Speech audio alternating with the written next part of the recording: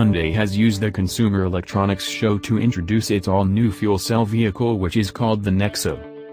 Described as a technological flagship, the Nexo is a stylish crossover which is a key part of the company's plan to introduce 18 eco-friendly vehicles by 2025.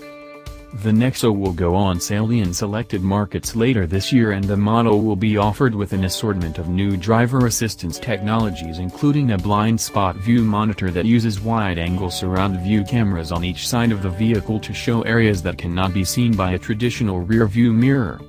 Images from these cameras will then be displayed to drivers on a center cluster screen.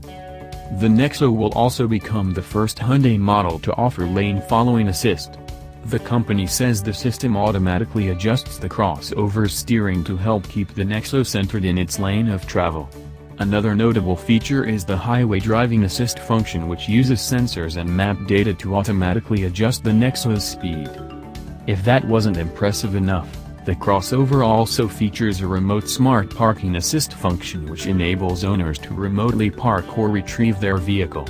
Hyundai didn't say much about the system but stated when faced with any challenging parking scenario, Nexo drivers will be able to park with complete confidence and accuracy.